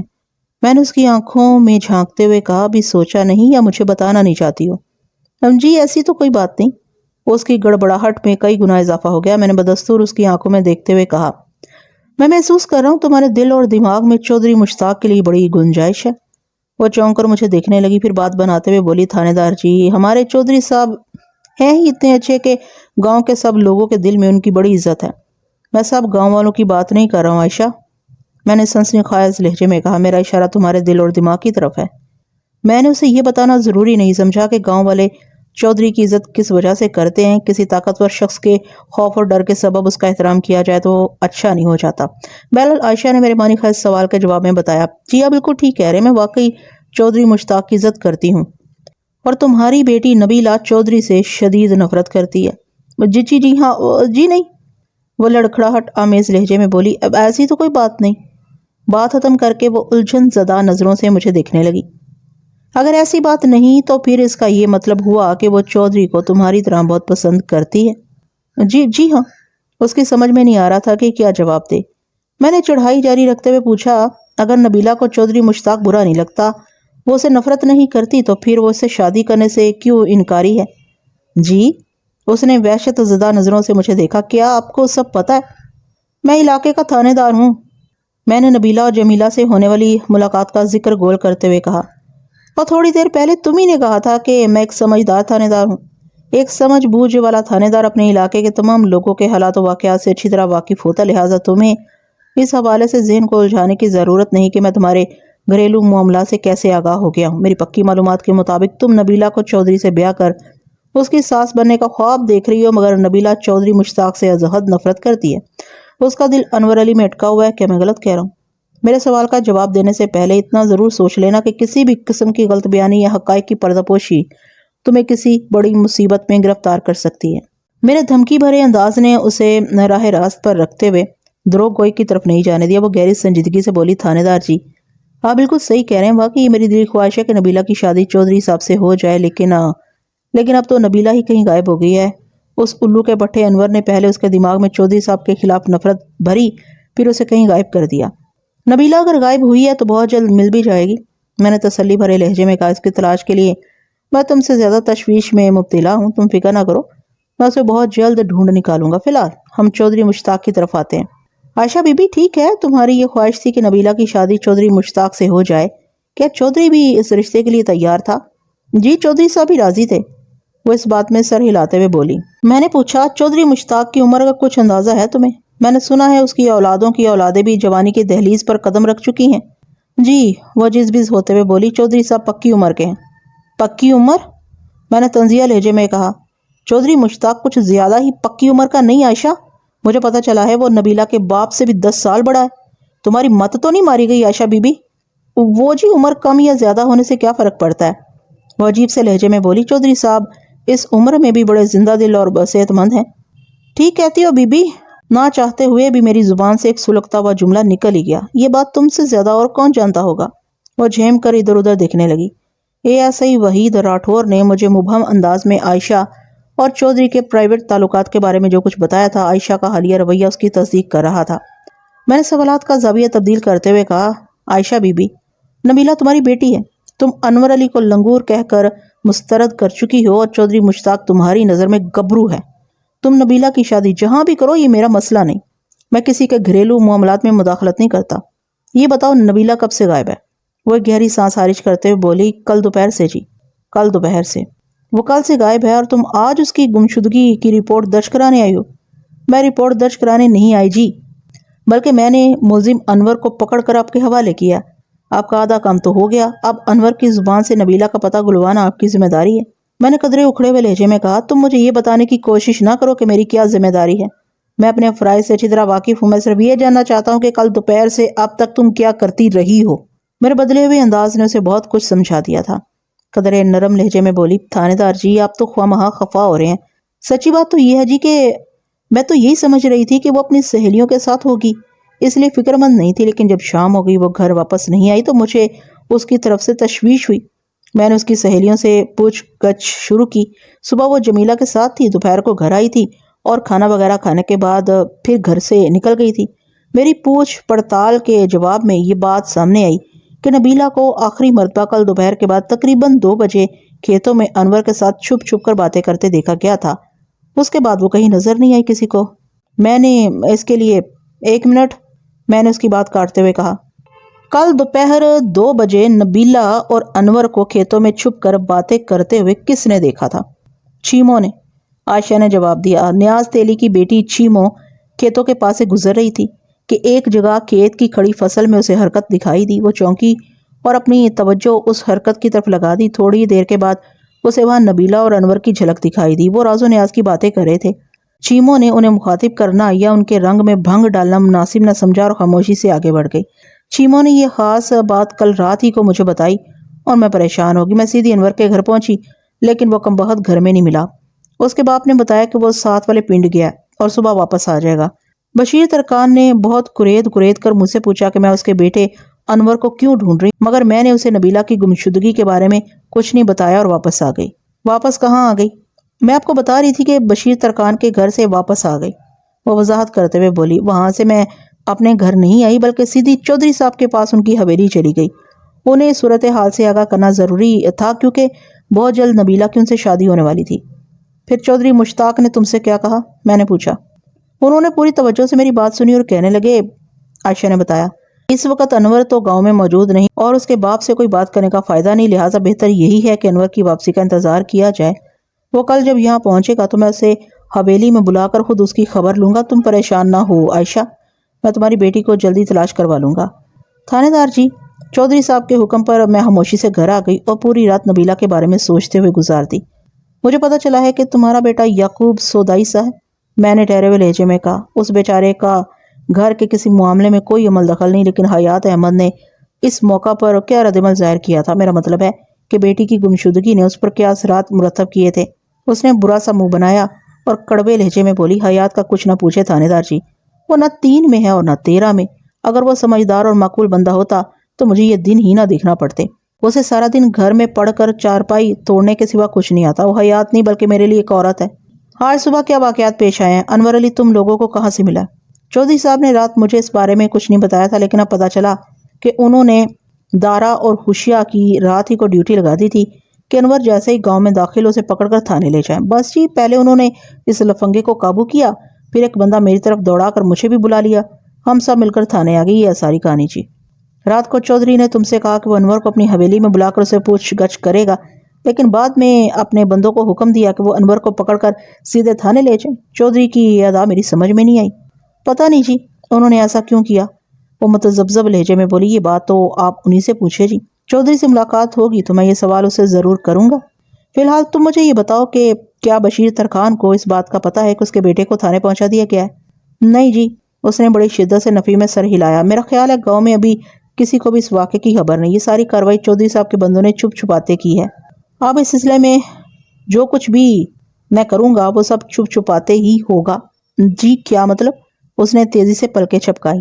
میں نے ٹھہرے ہوئے لہجے میں کہا، عائشہ، میں نے تمہاری شکایات توجہ سے سن لی۔ تمہیں اپنی بیٹی کی گمشدگی کے سلسلے میں جس بندے پر پکا شک ہے وہ اس وقت میری تحویل میں ہے۔ تم آرام سے گھر جاؤ، میں انور علی کی زبان کھلوانے کے لیے نیلا عمل شروع کرتا ہوں۔ انشاءاللہ بہت جلد نبیلہ کو بازیاب کر لیا جائے گا، اور چودھری کے ان دو ڈشکروں کو بھی اپنے ساتھ لے جاؤ جو باہر برآمدے میں بیٹھے۔ ان کی تھانے میں کوئی ضرورت ہے اور نہ ہی کام۔ میں اپنے معاملات میں کسی کی مداخلت پسند نہیں کرتا، چاہے وہ کوئی چودھری ہو یا چودھری کا گماشتہ۔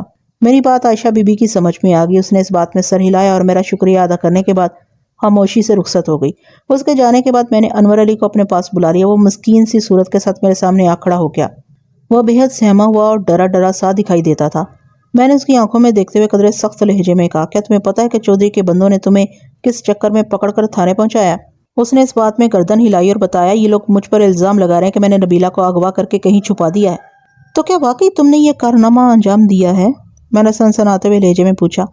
آپ مجھ سے بڑی قسم لے لیں جناب، وہ منت ریز لہجے میں بولا۔ میں نے یہ جرم نہیں کیا۔ مجھے تو لگتا ہے چودھری نے خود ہی نبیلہ کو کہیں غائب کرایا اور مجھے پھنسانے کی کوشش کر رہا ہے۔ ٹھیک ہے، میں تھوڑی دیر کے لیے تمہاری بات کا یقین کر لیتا ہوں، میں نے معتدل انداز میں کہا۔ اب تمہیں یہ بتانا پڑے گا کہ چودھری تم سے کیوں دشمنی کر رہا ہے۔ کیا تم نے اس کی بھینس چوری کر لی ہے؟ وہ جناب، بات دراصل یہ ہے کہ وہ بولتے بولتے متذبذب انداز میں خاموش ہو گیا۔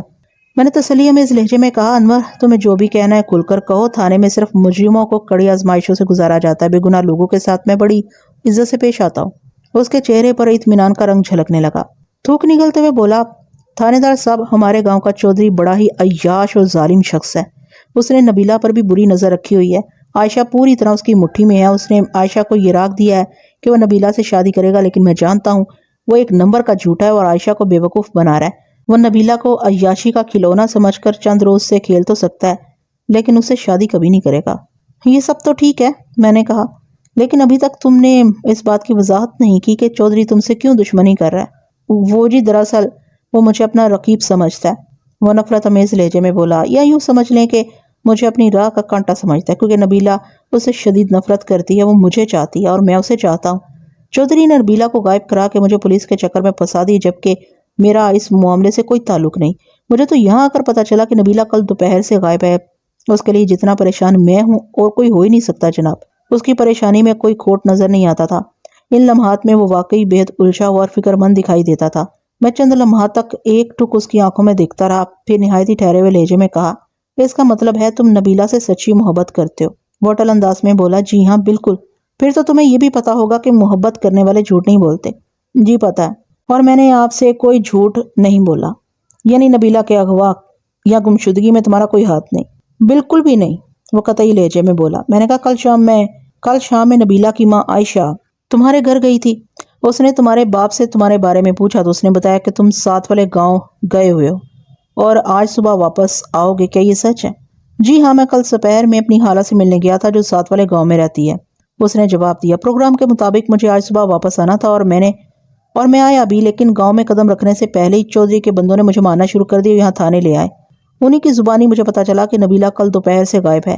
یہ لوگ مجھ پر شک کر رہے ہیں کہ میں نے اسے اغوا کر کے کہیں چھپا دیا ہے۔ ان کے شک کا سبب یہ ہے کہ آخری بار کل دوپہر کے بعد نبیلہ کو تمہارے ساتھ دیکھا گیا ہے۔ میں نے کہا، تم دونوں کھیتوں میں چھپ کر راز و نیاز کر رہے تھے، ہے نا؟ وہ چینپے ہوئے لہجے میں بولا، جی ہاں، ہم آپس میں اسی طرح چھپ کر ملتے ہیں۔ کل وہ بہت پریشان تھی چودھری کے حوالے سے۔ شادی کے لیے اس پر ماں کا دباؤ بڑھتا جا رہا تھا۔ ہمارے درمیان بہت سی باتیں ہوئیں۔ اس نے مجھے آپ کے بارے میں بھی بتایا تھا۔ انور کے آخری جملے نے مجھے چونکا دیا۔ میں نے پوچھا، میرے بارے میں کیا بتایا تھا اس نے؟ جناب، وہ کل صبح جمیلہ کے ساتھ آپ سے ملنے آئی تھی، انور نے کہا۔ اس نے اپنے تمام حالات آپ کے سامنے رکھے تھے اور آپ سے مدد کی درخواست کی تھی۔ اس نے مجھے بتایا کہ آپ نے اس کی مدد کرنے کا وعدہ کیا تھا۔ میں تو یہ سن کر ہی کافی مطمئن ہو گیا تھا۔ میں نے نبیلہ کو تسلی دی اور حالہ کے گھر چلا گیا، لیکن جب واپس آیا تو یہاں کے حالات ہی بدلے ہوئے ہیں۔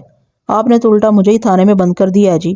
صورتحال پوری طرح واضح ہو چکی تھی۔ مجھے یقین تھا انور جھوٹ کا سہارا نہیں لے رہا۔ اس کی بپتا سے ثابت ہوتا تھا نبیلہ کی گمشدگی میں اس کا کوئی ہاتھ نہیں۔ ان سنسنی خیز حالات میں دھیان چودھری مشتاق کی طرف جاتا تھا۔ اغلب امکان یہی تھا کہ چودھری ہی نے نبیلہ کو غائب کروایا ہوگا۔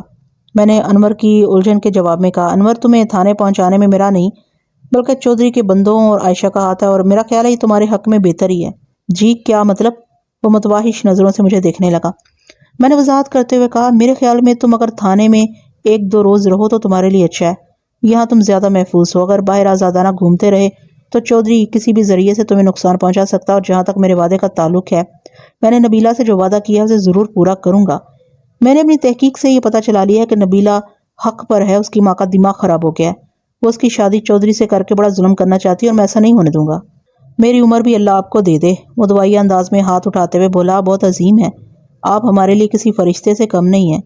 میں نے اس کی بات پوری توجہ سے سنی اور ٹھہرے ہوئے لہجے میں کہا، انور علی، اللہ تعالیٰ نے ہر ذی روح کے لیے عمر کا ایک کوٹہ مقرر کر رکھا ہے، اور کسی کی عمر کسی کو نہیں لگا کرتی، لہٰذا اس قسم کی دعائیں نہیں کرنا چاہیے۔ اور یہ بھی ذہن میں رکھو کہ میں کوئی فرشتہ نہیں ہوں بلکہ تمہاری طرح گوشت پوست کا انسان ہوں۔ تم 1-2 دن ادھر تھانے ہی میں سرکاری مہمان بن کر گزارو۔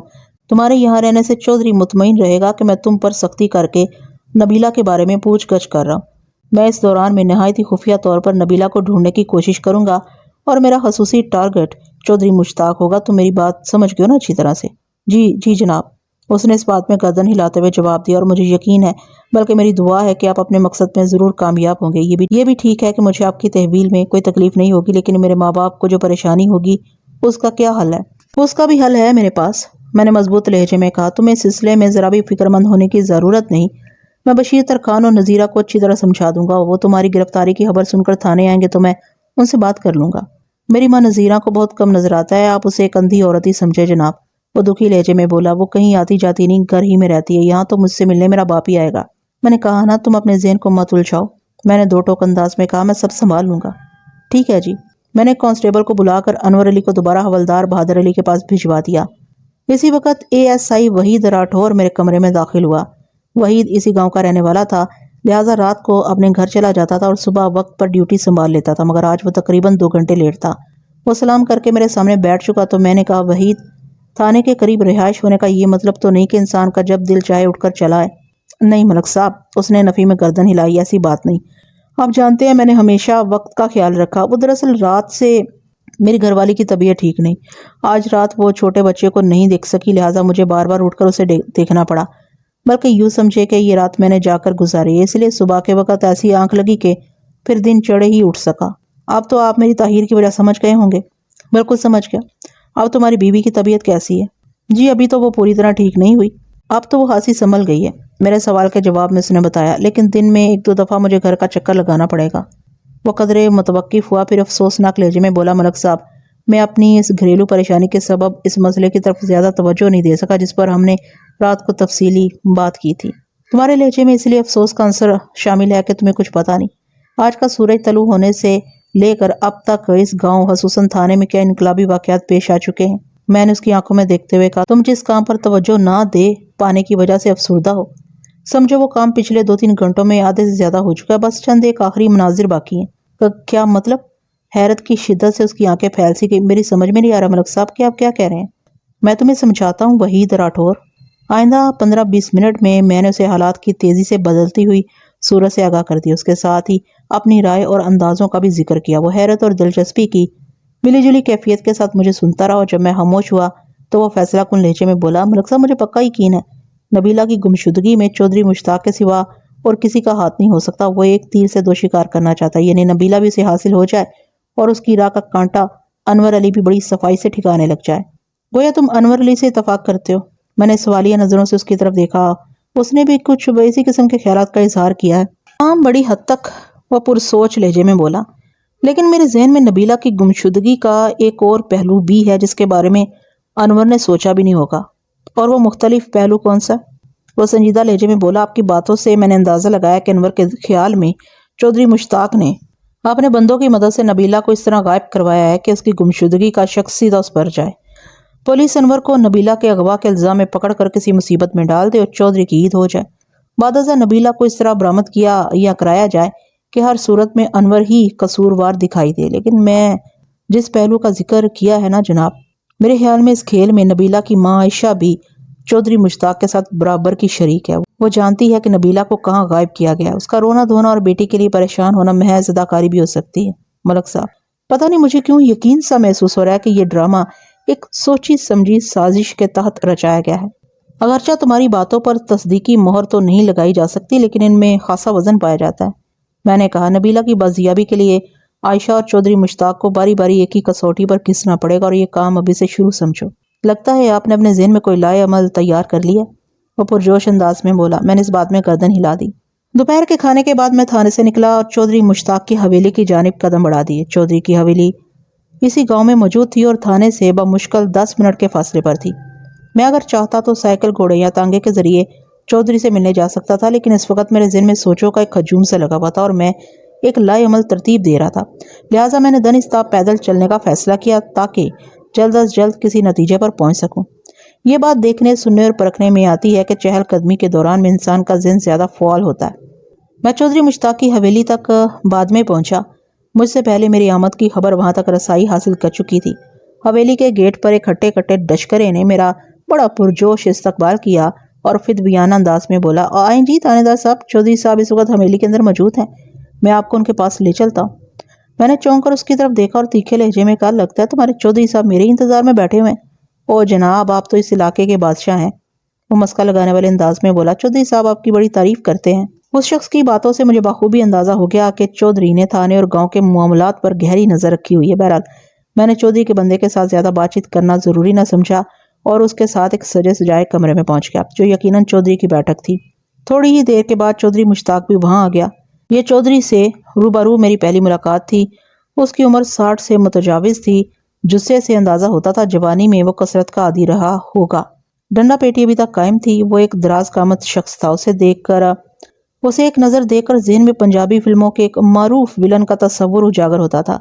عمر کے اس حصے میں بھی اس کی صحت قابل تحسین تھی۔ گویا عائشہ نے اس کی مستعدی کارکردگی کے بارے میں جو دعویٰ کیا تھا وہ کچھ غلط بھی نہیں تھا۔ چودھری بڑے اتفاق سے مجھ سے ملا۔ اس کے انداز میں بڑا جوش اور دوستانہ پن پایا جاتا تھا۔ اپنے ابتدائی تاثر سے وہ خاصا زندہ دل اور خوش مزاج ثابت ہو رہا تھا۔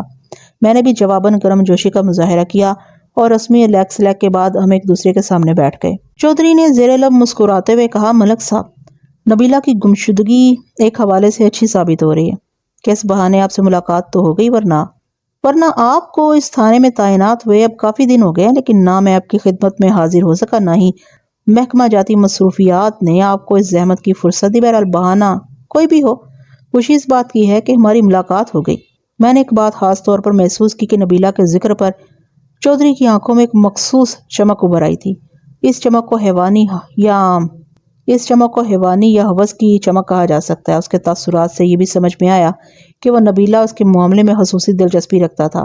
چودھری صاحب، آپ کی بات سے تو یہ نتیجہ نکلتا ہے کہ اگر ابھی تک ہماری ملاقات نہیں ہوئی تو اس میں ہم دونوں برابر کے قصوروار ہیں، کسی بھی سبب سے صحیح، ہم آج ایک دوسرے سے مل تو لیے۔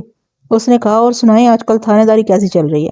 اصولی طور پر اسے سب سے پہلے نبیلہ کے بارے میں استفسار کرنا چاہیے تھا۔ چودھری صاحب، اب آپ مجھ سے یہ سوال تو نہ کریں کہ تھانے داری کیسی چل رہی ہے؟ بھلا کون سا معاملہ آپ کی نظر سے اوجھل ہے؟ آپ کا تو ایک ادنا سا ملازم بھی یہ جانتا ہے کہ میں آپ سے ملنے آیا ہوں، اور وہ بھی مجھے اطلاع دیتا ہے کہ چودھری صاحب اس وقت حویلی کے اندر موجود ہیں۔ میں آپ کو ان کے پاس لے چلتا ہوں۔ میرا اشارہ اس بندے کی جانب تھا جو مجھے حویلی کے گیٹ پر ملا تھا، جس کی رہنمائی میں میں بیٹھک تک پہنچا تھا۔ وہ معنی خیز انداز میں مسکرایا، بولا، کیا کریں جی، نظر تو رکھنی پڑتی ہے نا، تھانے داری اور چودراہٹ قائم رکھنے کے لیے اپنے مخبروں سے کام لینا پڑتا ہے۔ آپ تو اس بات کو مجھ سے زیادہ بہتر جانتے ہیں۔ آپ صحیح کہہ رہے ہیں چودھری صاحب، میں نے مبہم انداز میں کہا۔ اسی وقت ایک ملازم بڑی سی ٹرے اٹھائے بیٹھک میں داخل ہوا۔ یقیناً چودھری نے ادھر آنے سے پہلے میری خاطرداری کے لیے یہ احکام صادر کیے ہوں گے۔ ملازم نے میرے سامنے رکھی میز پر سامان خورد و نوش چن دیا۔ میں نے کہا، اس تکلف کی کیا ضرورت تھی چودھری صاحب، میں نے ابھی تھوڑی دیر پہلے ہی کھانا کھایا۔ وہ تو آپ نے اپنے تھانے میں کھایا ہوگا نا؟ چودھری نے ملازم کو مخصوص اشارہ کرتے ہوئے کہا، یہ کیسے ممکن ہے کہ آپ پہلی مرتبہ میرے غریب خانہ پر تشریف لائیں، کچھ کھائے پیے بغیر ہی چلے جائیں؟ تھوڑا بہت تو آپ کو لینا ہی پڑے گا ملک صاحب۔ ملازم چودھری کا اشارہ بخوبی سمجھ گیا تھا، وہ خاموشی کے ساتھ گردن چھکا کر بیٹھک سے نکل گیا۔ چودھری نے پوچھا، ملک صاحب بندے نے زبان کھولی کہ نہیں؟ بڑی دیر کے بعد وہ اصل موضوع کی طرف آیا تھا۔ ابھی تک تو وہ آپ پر ہی الزام لگا رہا ہے۔ کیا کہتا ہے میرے بارے میں وہ بدبخت؟ چودھری کے چہرے پر ناگواری ابھر آئی۔ میں نے کہا اس کا دعویٰ ہے کہ نبیلہ کو آپ ہی نے کہیں غائب کروایا اور اس پر الزام لگا کر اسے جیل بھجوا دیا۔ اس گفتگو کے دوران میں بڑی توجہ سے چودھری کے چہرے کے تاثرات کا جائزہ بھی لے رہا تھا۔ ملک صاحب اس گندے کیڑے نے یہ نہیں بتایا کہ میں ایسا کیوں کروں گا، میری اسے کیا دشمنی ہے؟ بتایا جناب، میں نے بدستور اس کی آنکھوں میں جھانکتے ہوئے کہا، اس کا کہنا ہے کہ وہ نبیلہ سے سچی محبت کرتا ہے اور اسے شادی کرنا چاہتا ہے، لیکن آپ کو یہ پسند نہیں ہے بات۔ کمال ہے۔ اس نے بے پرواہی سے کندھے اچکائے اور الٹا مجھے سے پوچھنے لگا، ملک صاحب آپ ہی بتائیں، مجھے انور اور نبیلہ کی شادی پر بھلا کیا اعتراض ہو سکتا ہے؟ چودھری کے اس استفسار سے واضح ہوتا تھا کہ وہ کسی بھی حوالے سے نبیلہ کی ذات میں کوئی دلچسپی نہیں رکھتا۔ یہ کہم حیران کن بات تھی۔ انور کا دعویٰ ہے کہ آپ نبیلہ سے شادی کی خواہش رکھتے ہیں، لہٰذا اسے اپنی راہ کا کانٹا سمجھتے ہیں، اس لیے آپ نے نبیلہ کو غائب کرا کے اسے پولیس کے چکر میں پھنسا دیا۔ کتنا بے وقوف ہے یہ بھی، وہ نفرت امیز لہجے میں بولا۔ ملک صاحب آپ ماشاءاللہ سیانے آدمی ہیں، میرا اور انور کا کیا مقابلہ؟ اگر مجھے نبیلہ سے شادی کرنا ہوتی تو کیا میں اس سے اجازت لیتا؟ وہ کون لگتا ہے نبیلہ کا؟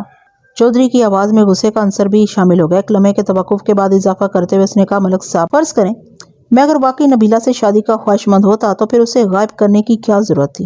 اور دوسری بات یہ ہے کہ اول تو وہ الو کا پٹا کسی بھی درجے پر میرا ہمسر نہیں، اور اگر ایسا ہوتا بھی تو میں نبیلہ کو غائب کرانے کی بجائے اس کا مکو ٹھاپ دیتا۔ اپنی راہ کے کانٹے صاف کرنا مجھے بڑی اچھی طرح آتا ہے۔ میری تو سمجھ میں نہیں آ رہا کہ اس کا دماغ کیوں خراب ہو گیا۔ مجھے امید ہے جب رات کو آپ اسے تفتیش کی سختی سے گزاریں گے تو اس کا بخار فوراً اتر جائے گا اور وہ آپ کو نبیلہ کے بارے میں سب کچھ سچ سچ بتا دے گا۔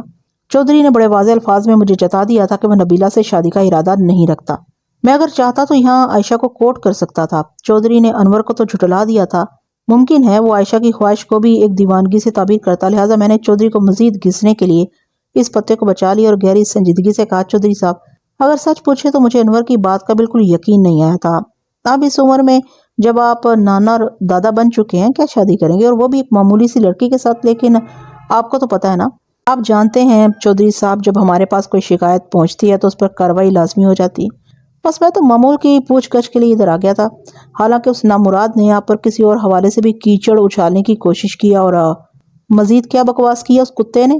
میں نے لوہا گرم دیکھتے ہوئے ایک کاری ضرب لگائی۔ وہ بڑے وثوق سے کہہ رہا ہے کہ آپ کے اور عائشہ کے درمیان ناجائز تعلقات ہیں، اس لیے عائشہ آپ کے دباؤ میں ہے اور نبیلہ کی شادی آپ سے کرنے کو تیار ہے۔ وہ اپنے شوہر کی ذرا بھی عزت نہیں کرتی، اس کے گھر کا سارا خرچہ آپ کی حویلی سے جاتا ہے، اس لیے آپ کے دو ڈشکروں نے اسے پکڑ کر پولیس کے حوالے کر دیا۔ آپ اس کے خلاف ایک گہری سازش کر رہے ہیں۔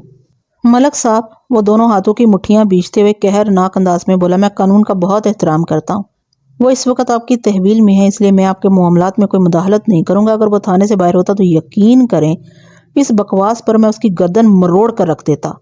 میں نے دل ہی دل میں کہا، چودھری صاحب مجھے آپ کی طرف سے کسی ایسے ہی رد عمل کی توقع تھی، جبھی تو انور کی حفاظت کے پیش نظر میں نے اسے تھانے میں بند کر رکھا ہے۔ میں نے انور کی ذات سے منسوب کر کے جو بھی کہانی چودھری کو سنائی تھی اس کی اثر پذیری دیکھنے سے تعلق رکھتی تھی۔ یوں محسوس ہوتا تھا جیسے انجانے میں کسی نے اس کی ان دیکھی دم پر پاؤں رکھ دیا ہو۔ ملک صاحب دیکھا آپ نے اس کمزات نے کتنا گھنونا الزام لگایا ہے، اس سے اس کی گندی سوچ کی عکاسی ہوتی ہے۔ عائشہ ایک طویل عرصے تک میری حویلی میں نوکرانی کے طور پر کام کرتی رہی ہے۔ اس کا گھر والا حیات احمد ایک نمبر کا ہڈا حرام اور نکھٹو ہے۔ ظاہر ہے عائشہ پورا دن میری حویلی میں جان مارتی رہی ہے تو اس کے گھر کا خرچہ بھی میرے ہی توسط سے چلتا رہا ہے۔ بس فرق اتنا سا ہے کہ میں نے اس سلسلے کو ابھی تک برقرار رکھا ہوا ہے۔ عائشہ باقاعدہ حویلی میں کام کرنے نہیں آتی، لیکن میں ایک اچھی روایت کو ابھی تک نبھا رہا ہوں۔ ویسے بھی دریا میں سے اگر ایک قطرہ نکل جائے تو اس سے دریا کی صحت پر کیا اثر پڑتا ہے، اور پھر اگر میں عائشہ کے گھر کا خرچہ چلا بھی رہا ہوں تو اس ذلیل انسان کو کیا تکلیف ہے ملک صاحب؟ اس نے سنسناتے ہوئے لہجے میں مجھے مخاطب کیا، پھر گھمبیر انداز میں بولا، انور اس وقت آپ کی کسٹڈی میں ہے، میرے آدمیوں نے پکڑ کر اسے آپ کے حوالے کیا۔ مجھے پورا یقین ہے نبیلہ کی گمشدگی میں اسی کا ہاتھ۔ اب دیکھنا یہ ہے کہ آپ اس کے ساتھ کیا سلوک کرتے ہیں۔ اگر آپ نبیلہ کو بازیاب کروانے کے بعد اس خارش زدہ کتے کو جیل بھجواتے ہیں تو اچھی بات ہے، ورنہ کیا چودھری صاحب؟ میں نے چونک کر اس کی طرف دیکھا۔ وہ ٹھہرے ہوئے لہجے میں بولا، میں اس ناپاک جانور اس کے گھر والوں کو اپنے گاؤں میں برداشت نہیں کر سکتا۔ اگر انور لمبے عرصے کے لیے جیل کی اصلاحوں کے پیچھے نہیں جاتا تو بشیر ترخان کو یہ گاؤں چھوڑ کر اپنا ٹھکانہ کہیں اور کرنا ہوگا۔ میں اس گاؤں کا چودھری ہونے کی حیثیت سے انہیں گاؤں بدر کر سکتا ہوں۔ آپ کو ایسا قدم اٹھانے کی ضرورت پیش نہیں آئے گی چودھری صاحب، میں نے اسے لگام میں رکھنے کے لیے تسلی امیز لہجے میں کہا۔ انور کی طرف سے آپ بالکل بے فکر ہو جائیں، میں اسے ایسا فٹ کروں گا کہ اس کی آنے والی 7 نسلیں بھی اس نوعیت کی بکواس کی جرات نہیں کر سکیں گی۔ میرا نام ملک صفدر حیات ہے، کوئی بھی مجرم میری آنکھوں میں دھول نہیں جھونک سکتا۔ مجھے آپ سے یہی امید ہے ملک صاحب۔ آپ بے فکر ہو جائیں چودھری صاحب، میں نے مضبوط لہجے میں کہا، میں انصاف کے تقاضے ضرور پورے کروں گا۔ وہ مطمئن ہو گیا۔ میں نے اسے گرم جوش مسافہ کیا اور حویلی سے باہر نکل آیا۔ واپسی کی مٹر گشت میں بھی میرا ذہن پوری طرح بیدار اور فعال رہا، اور تھانے پہنچنے سے پہلے ایک ایسا آئیڈیا میرے دماغ میں آ ہی گیا جس پر عمل کر کے میں اس کیس کا ڈراپ سین چلا سکتا تھا، اور وہ آئیڈیا تھا عائشہ پر خصوصی کا۔ میں نے تھانے میں قدم رکھا تو ASI کو ایک ادھیڑ عمر شخص کے ساتھ باتیں کرتے ہوئے دیکھا۔ وہ دونوں اس وقت تھانے کے احاطے میں کھڑے تھے۔ مجھ پر نظر پڑی تو وحید راٹھور نے بآواز بلند کہا، لیں جی انچارج صاحب بھی آ گئے۔ یہ جملہ یقیناً اس نے اپنے ساتھ کھڑے ہوئے شخص کو سنانے کے لیے ادا کیا تھا۔ وہ امید بھری نظروں سے مجھے دیکھنے لگا۔ اس دوران میں ان کے قریب پہنچ گیا۔ ASI نے مجھ سے مخاطب ہوتے ہوئے کہا، وہ گویا اس شخص کا تعارف کرا رہا تھا، ملک صاحب یہ بشیر ترکان ہے، اپنے بیٹے انور سے ملنے تھانے آیا تھا۔ میں نے حوالاتی سے اس کی ملاقات کرا دی ہے اور اب یہ واپس جا رہا ہے۔ میں نے چودھری کی حویلی کا رخ کرنے سے پہلے وحید راٹھور کو خصوصی ہدایات دے دی تھی کہ اسے میری غیر موجودگی میں تھانے کا نظام کس طرح سنبھالنا ہے۔ انہی ہدایات میں بشیر ترکان کے حوالے سے بھی چند اہم باتیں تھیں۔ مجھے یقین تھا کہ وحید نے بشیر ترکان کو اطمینان بخش طریقے سے ڈیل کیا ہوگا۔ وحید نے میرا تعارف کرایا تو بشیر ترکان مجھ سے مخاطب ہوتے ہوئے بڑی عاجزی سے بولا، تھانے دار جی، میں بڑی سے بڑی قسم کھانے کو تیار ہوں، میرا بیٹا اغوا جیسے جرم میں ملوث نہیں ہو سکتا۔ یہ تو کل دوپہر کو اپنی ماسی سے ملنے دوسرے پنڈ گیا ہوا تھا۔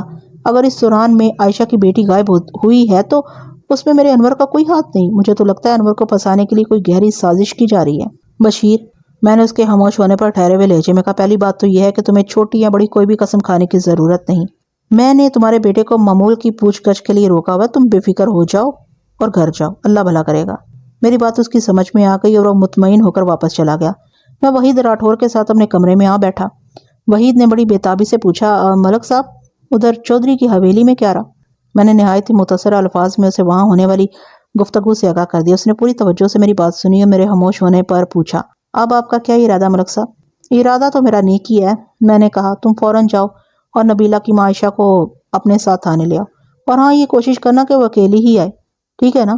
جی ٹھیک ہے، وہ دبے دبے جوش کے ساتھ بولا۔ مجھے محسوس ہو رہا ہے آپ کوئی خاص قسم کا ٹرائل کرنے والے ہیں۔ وہی جو کچھ بھی ہوگا تمہاری نظر کے سامنے ہی ہوگا، میں نے زمانی انداز میں کہا۔ تم وقت ضائع نہ کرو، فوراً عائشہ کے گھر کی جانب روانہ ہو جاؤ۔ Okay sir. وہ ایک جھٹکے سے اٹھا اور کمرے سے نکل گیا۔ آدھے گھنٹے کے بعد وہ عائشہ کو اپنے ساتھ لے کر واپس آ گیا۔ پتہ نہیں اس نے نبیلہ کی ماں کو کیا راگ دیا تھا کہ وہ خاصی مطمئن دکھائی دیتی تھی۔ عائشہ نے مجھ سے مخاطب ہوتے ہوئے پوچھا، ملک صاحب اس نامراد نے کیا بتایا میری بیٹی کے بارے میں؟ اس کا اشارہ انور علی کی طرف تھا۔ میں نے کنکار کر گلا صاف کیا اور ٹھہرے ہوئے لہجے میں کہا، عائشہ، میں نے تمہیں یہ بتانے کے لیے تھانے بلایا ہے کہ انور نے اپنے جرم کا اقرار کر لیا ہے۔ جی؟ وہ ہکا بکا رہ گئی۔ اس کے ایک لفظی جملے میں دنیا جہان کی حیرت بھری ہوئی تھی۔ یہ اس کا ایک بسختہ عمل تھا، جیسے اسے میری بات کا یقین نہ آیا ہو۔ میں نے اس کی آنکھوں میں بہت دور تک جھانکتے ہوئے پوچھا، کیوں؟ کیا میری بات کا تمہیں یقین نہیں آیا؟ نہیں جی، ایسی کوئی بات نہیں۔ وہ گڑبڑا کر رہ گئی۔ آپ کہہ رہے ہیں تو ویسا ہی ہوگا، کیا بتاتا وہ نبیلہ کے بارے میں؟ میری بچی کس حال میں، وہ کہاں ہے؟ آپ نے اسے پوچھا تو ہوگا۔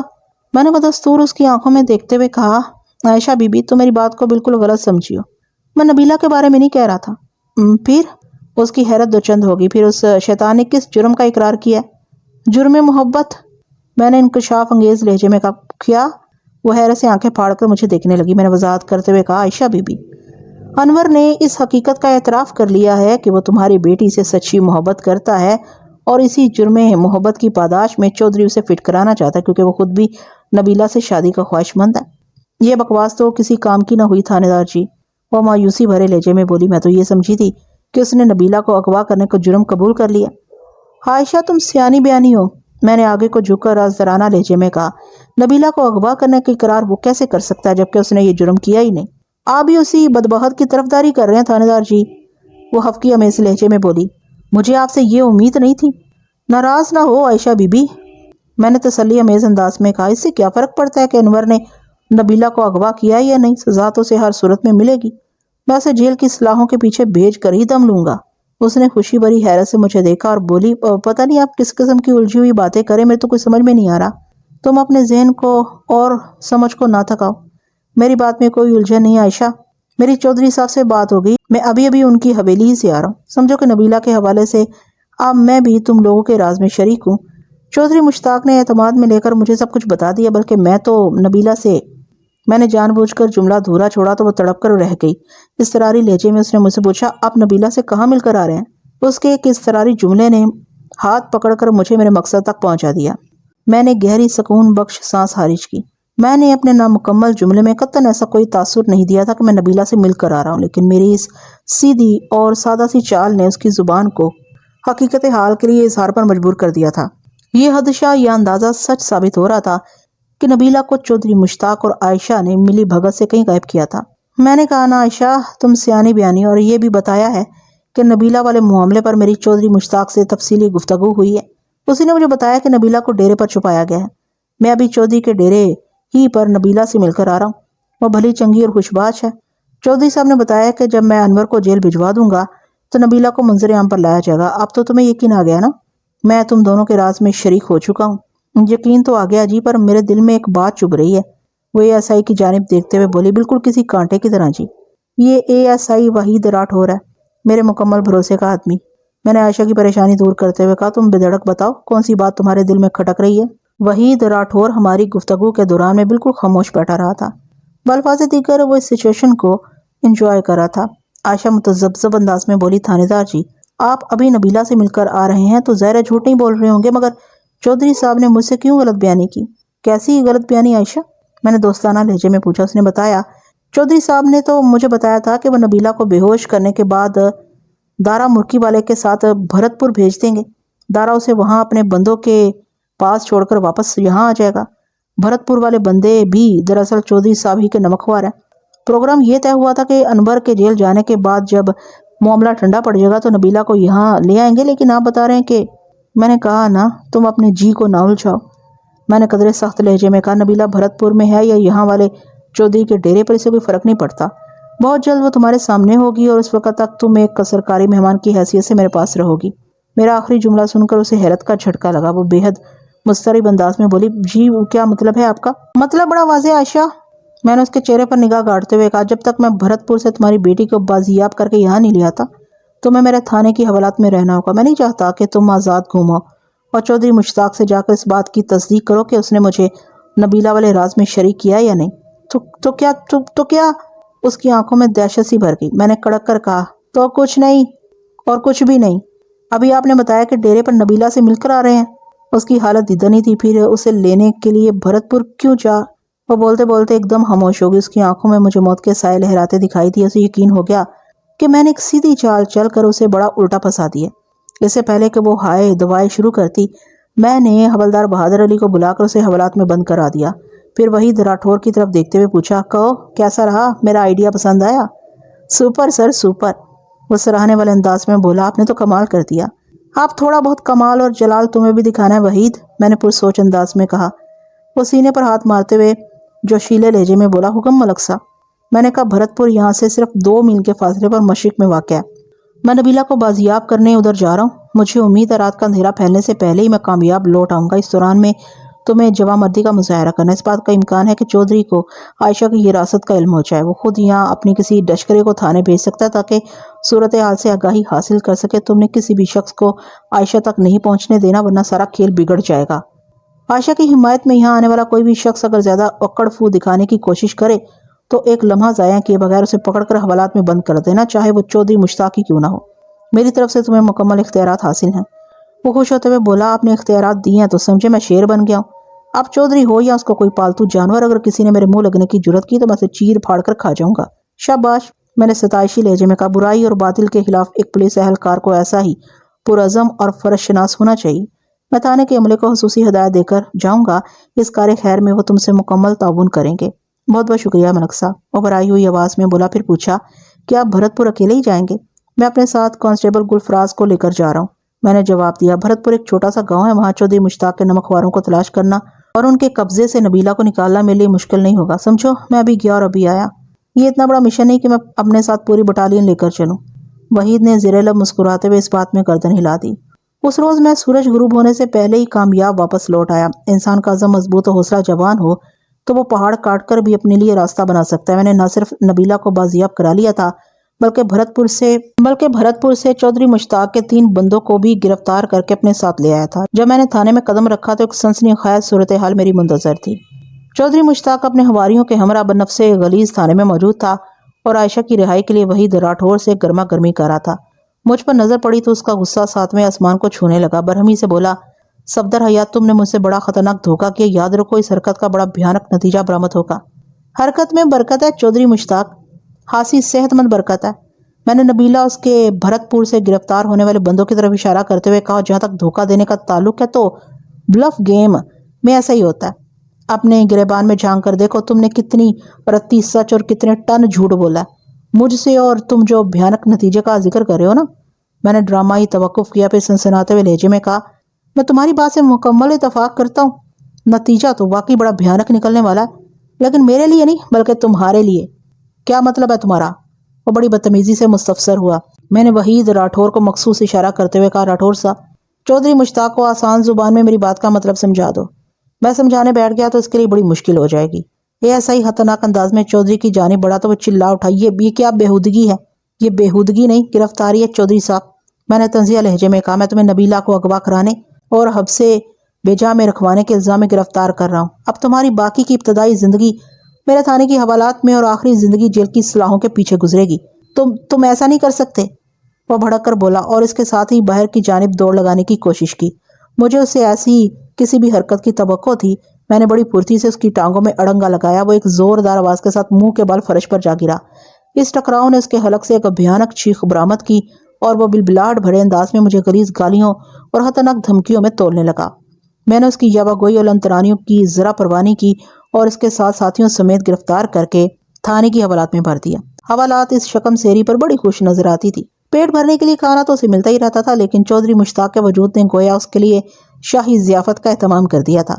چودھری مشتاق کو قرار واقعی سزا دلوانے کے لیے میرے پاس نبیلہ کی شکل میں ایک مضبوط گواہ موجود تھی۔ وہ چودھری سے جتنی شدید نفرت کرتی تھی اتنا ہی ٹوٹ کر وہ انور کو چاہتی تھی۔